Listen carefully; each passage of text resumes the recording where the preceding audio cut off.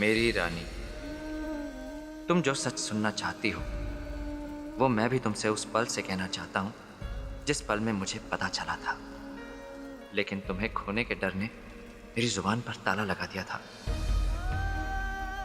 मुझ में इतनी हिम्मत ही नहीं थी कि जिस मंडप पर तुम आने वाली जिंदगी के सपने सजाए बैठी हो, उसी मंडप के हवन कुंड में मैं तुम्हारे सपनों को जला दूं। तुम्हें यह बताकर कि जिस राजा से तुम शादी करने जा रही हो वो उसी काल का बेटा है जिसने आज से 20 साल पहले तुम्हारी मां रानी गायत्री देवी और बाबा राणा इंद्रवदन सिंह की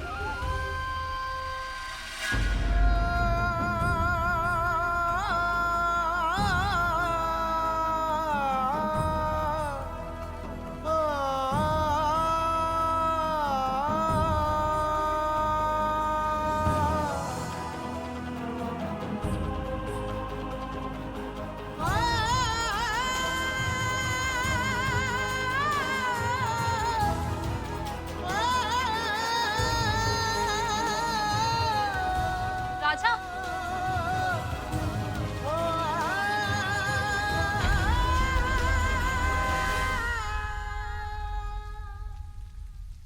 ये क्या पागलपन है?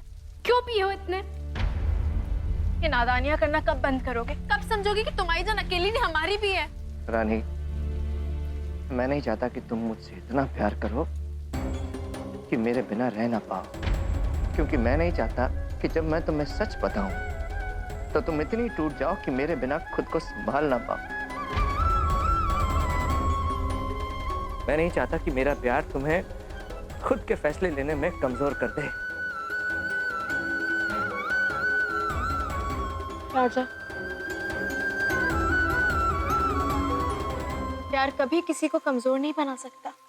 प्यार तो ताकत है, वो ताकत जिसके दम पर पूरी दुनिया कायम है। हम नहीं जानते ऐसी कौन सी बात है जो तुम्हें हमारे नजदीक आने से रोक रही है, लेकिन हम इतना जानते हैं कि सच चाहे कितना भी कड़वा क्यों ना, जब हमारे प्यार में घुलेगा अमृत बन जाएगा।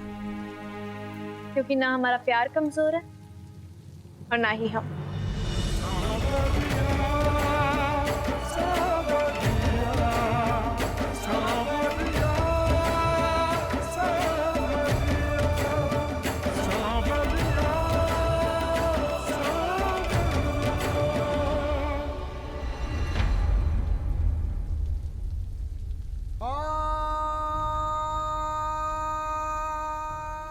रानी,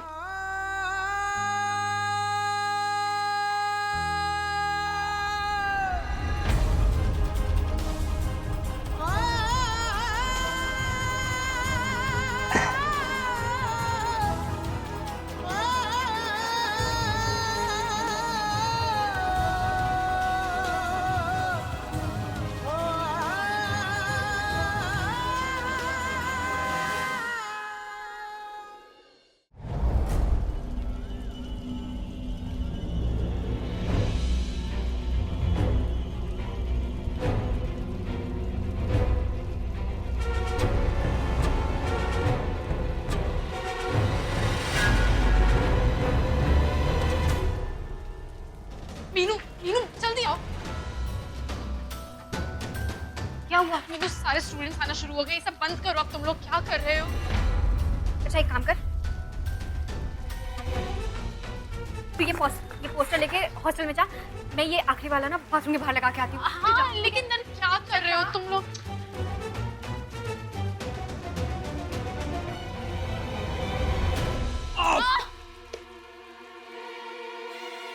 मोती भैंस कहीं की। क्या कहा?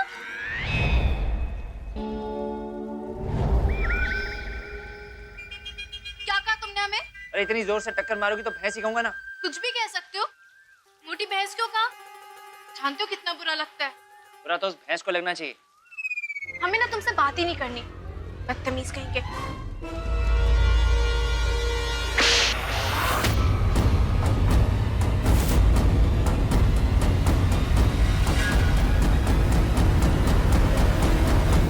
अभी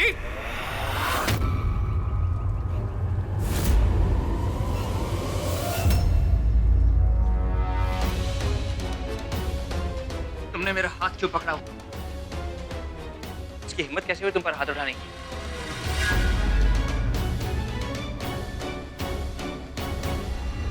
तुमने शादी के बाद भी इसे अपनी जिंदगी में हक दिया। हक दोगे तो हिम्मत तो बढ़ेगी ही ना।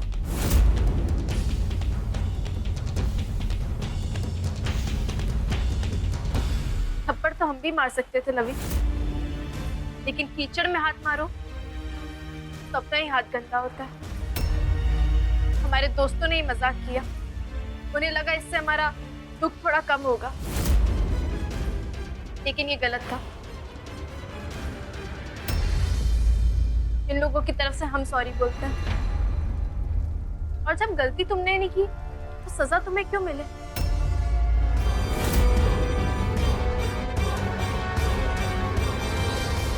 आप मेरे ही नहीं, अपनी पूरी जमीन जायदाद रानी के नाम करवाना चाहते हैं? हाँ, तुम्ही ने कहा था कि रानी को कुछ देने की हमारी कोई हैसियत नहीं है। हम बस रानी को वो लौटाना चाहते हैं जो हमने उससे छीना था। तुम्हारी बातों ने हमारे दिल को पिघला दिया। ये सच है कि हमने रानी की माँ बाप को मार दिया था, और ये जायदाद लौटाकर शायद हम उसका प्रायश्चित ना कर सके, मगर हम कुछ अच्छा करना चाहते हैं। हम रानी को उसका हक लौटाना चाहते हैं। और वैसे भी जो हमारा है वो तुम्हारा है, जो तुम्हारा है वो रानी का है। ये जायदाद तुम्हें आज मिले या कल, क्या फर्क पड़ता है राजा? मेहमान आ रहे हैं, किस लिए? ताकि वो देख सके कि हमारी बहू घर पे नहीं है, ताकि हमारी इज्जत मिट्टी में मिल जाए। कल मेहमान आने तक रानी घर लौटानी चाहिए। अगर उसका मन करेगा तो लौटेगी, मैं उसे मजबूर नहीं करूंगी। अगर तुम उसे मजबूर नहीं करोगी तो हम कुछ करने पे मजबूर हो जाएंगे। हमारे अंदर के जानवर को मत जगाओ। ये तुम्हारे लिए, तुम्हारे बेटे राजा के लिए और उस नौकरानी रानी के लिए अच्छा नहीं होगा, समझे? ये किताबें ढूंढ रही थी।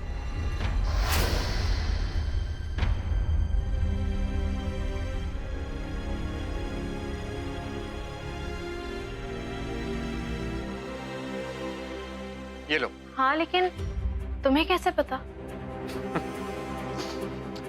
वो क्या है ना रानी, दोस्ती की है, निभानी तो पड़ेगी।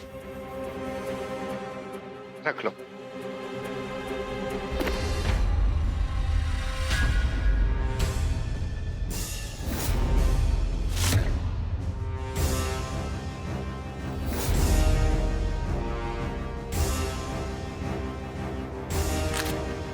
राजा,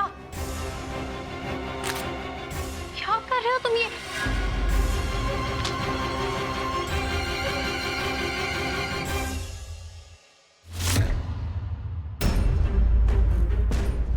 राजा, ये क्या बदतमीजी है?